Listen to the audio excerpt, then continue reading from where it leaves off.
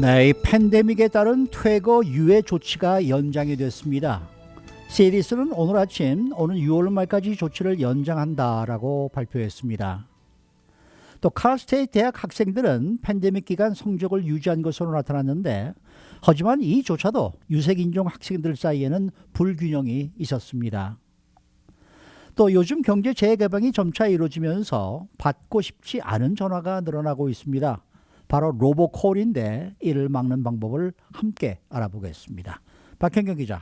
네, 안녕하십니까. 이 팬데믹에 의해 렌트비 부담을 느끼는 이 세입자들은 일단 조금은 한숨을 돌릴 수가 있게 됐습니다.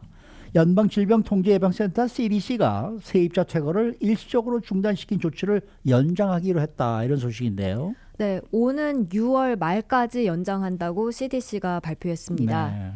팬데믹에 따른 CDC의 세입자 퇴거 유예 조치는 지난해 9월부터 시행되기 시작했습니다.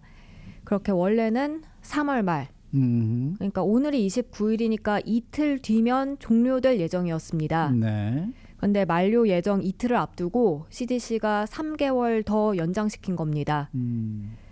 CDC 로셸 왈렌스키 국장은 성명에서 6월 30일까지 퇴거 유예 조치를 연장한다면서 이런 설명을 했습니다. 코로나19 팬데믹이 전국 공중보건에 역사적인 위협이 되어오고 있고, 주민들은 집 안에 주로 머무르게 되는데, 특히 복잡하게 모여 사는 주거 환경, 예를 들어 노숙자 쉘터 같은 곳에 벗어나게 할 수 있게 됐다며 퇴거 예방이야말로 이 코로나19 확산을 방지하는 주요 단계라고 강조했습니다. 그런데 이런 퇴거 유예 조치를 어떻게 CDC가 이걸 주관을 하고 있죠?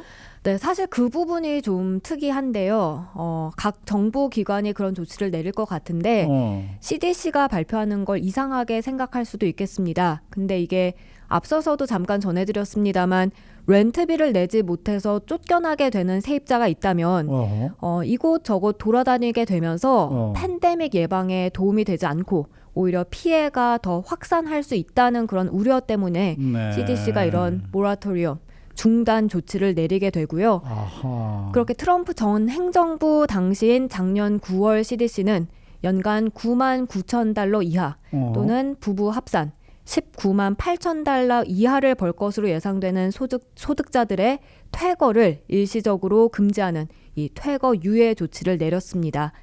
그 후 각 정부 기관들이 이걸 바탕으로 해서 각자 조치를 또 내리고 있습니다. 아, 그렇군요. 네. 저는 처음에 CDC를 이렇게 말씀을 하셔서 지금 우리 박경영 기자가 뭔가 잘못 말씀하시라는가라는 그런 생각을 하고 있었어요. 네, CDC가 발표했습니다. 지금 그렇다면 LA 카운티는 어떻습니까? CDC 조치를 그대로 따르고 있나요? LA 카운티의 경우엔 이미 연장을 시켜놨습니다. 아하. CDC가 오늘 연장 발표했습니다만 LA 카운티는 지난달 2월에 오는 6월 30일까지로 연장시켰습니다. 네네. LA 카운티 슈퍼바이저 위원회가 표결 통해서 그렇게 결정한 건데요. 네. LA 카운티는 이제 거주용 세입자들은 물론이고요. 상업용 세입자들까지 포함시켰습니다. 이걸 어기고 만약 건물주가 세입자를 퇴거한다면 벌금을 부과받게 되는데요. 네. 벌금은 하루 최대 5천 달러에 이를 수 있습니다. 근데 이 CDC가 이렇게 퇴거 유예 조치를 내리는 것에 대한 논란이 상당히 큰 것 같습니다. 우연이라는 법원 판결도 지금 나오지 않았습니까? 맞습니다. 지난달 말에 이 연방 정부가 코로나19로 인한 경제적 어려움에 처한 세입자 보호하기 위해서 CDC가 내린 이 퇴거 유예 조치를 법원이 위헌이라고 판결하면서 이에 대한 법적 압박도 커지고 있는 상황입니다. 네네. 제5순회 항소법원의 캠벌 베이커 박사는 CDC의 이런 조치가 연방정부 권한을 넘어선 것이라고 하면서 위헌으로 판결시켰는데요. 베이커 박사는 비록 팬데믹으로 인한 그런 여파가 지속되고 있지만 또 헌법 역시 마찬가지다라면서 연방정부는 이전에 권한을 발동해서 거주자 퇴거 유예 조치를 부과한 적이 있다고 말할 수 없다고 이 판결 이유를 당시 설명했었습니다. 이에 연방정부는 즉각 항소했고요. 네. 이런 가운데 지금 CDC 조치 연장이 발표됐습니다. 이 같은 법적 압박 속에서도 세입자 퇴거 유예를 연장한 것은 그만큼 쫓겨날 위기에 처해 있는 세입자들이 많다는 얘기겠죠. 네, 그렇습니다. 연방 센서스국이 조사에서 발표한 조사를 보면요. 전국 성인 세입자의 20% 정도는 전달 렌트비를 내지 못한 것으로 나타났습니다. 네. 이것도 인종별 차이가 있었는데요. 전달 렌트비를 내지 못한 흑인 세입자 비율은 33%로 좀 더 높았습니다. 네. 그리고 이게 각 주마다도 차이가 꽤 벌어집니다. CNBC가 작년 7월에 조사한 내용을 바탕으로 전한 바에 따르면 캘리포니아주 같은 경우엔 전체 세입자 가구 37%가 퇴거 위기에 직면해 있었습니다. 네. 전국 다른 주와 비교하면 한 중간 정도인 것 같아요. 뭐 웨스트 버지니아는 59%에 달했고요. 아이고. 미시시피 55, 플로리다 51, 루이지애나 50% 등 과반인 주도 꽤 눈에 띄었고요. 그리고 대부분은 40%대였습니다. 네. 그리고 좀 적다 하는 곳이 벌몬이 22%였습니다. 아무튼 이 CDC는 이런 세입자에 대한 퇴거 유예 조치를 3개월 연장하기로 하면서 대량 퇴거 조치가 발생할 경우 팬데믹 통제에 좀 어려움이 따를 것이다 이렇게 판단해서 이런 연장을 한 것으로 분석되고 있습니다. 네, 네. 자, 다음 소식입니다. 이제 학교들이 점차 리오픈을 하고 있는데 대학들은 그래도 아직 많이들 이 온라인 수업을 이어가고 있습니다. 이런 가운데 칼스테이트 대학 학생들의 성적이 이 팬데믹 기간 동안에 그렇게 나쁘지 않았다라는 소식이에요. 네, 팬데믹으로 누구나 혼란스러웠는데 사실 학생들도 마찬가지였죠. 갑자기 온라인 수업으로 변경이 되면서 그렇죠. 거기에 적응을 해야 했고 그렇게 학습에 지장이 있진 않을까 하는 우려도 높았었습니다. 근데 일단 이 칼스테이트 대학 학생들은 성적을 그 전처럼 유지한 것으로 나타났습니다. 교수님들이 성적을 잘 줬나요? 그런 부분도 있지 않을까 싶긴 합니다. 이 성적을 유지했다는 게 정확히 어느 정도 수준인지 뭐가 나온 게 있습니까? 네, LA타임스가 전국에서 가장 큰 4년제 대학, 이 칼스테이트 대학 학생들의 성적에 대해서 조사를 벌였더니요. 네. 2020학년도 가을 학기, 이때가 아시다시피 첫 원격 수업이 진행된 때죠. 그렇죠. 이 학기 학생들의 평균 GPA 학점은 그 1년 전인 2019학년도 가을 학기에 비해서 떨어지지 않은 것으로 나타났습니다. 네. 대학별로 대학별로 살펴보면 칼스테이트 롱비치는 2019학년도 가을 학기 전체 모든 코스의 평균 GPA가 3.09였는데요. 2020년 봄 학기는 3.42로 올랐고요. 어허. 2020년 가을 학기는 3.26이었습니다. 네. 이렇게 각 학기별로 조금씩 뭐 오르락 내리락 하긴 했습니다만 가을 학기만 놓고 보면 어허. GPA는 오히려 오른 겁니다. 네. 그리고 또 한인 학생들도 많이 재학하는 칼스테이트 노스리지, 이 시서는 GPA 2.9에서 3.1로 역시 좀 올랐고요. 그리고 또 칼폴리포모나 역시 평균 GPA가 2.9에서 3.1로 올라갔습니다. 그 뭐 대체적으로 보면 GPA가 다 조금씩 올랐어요. 네네. 근데 여기에는 뒷 배경이 또 따로 있다면서요.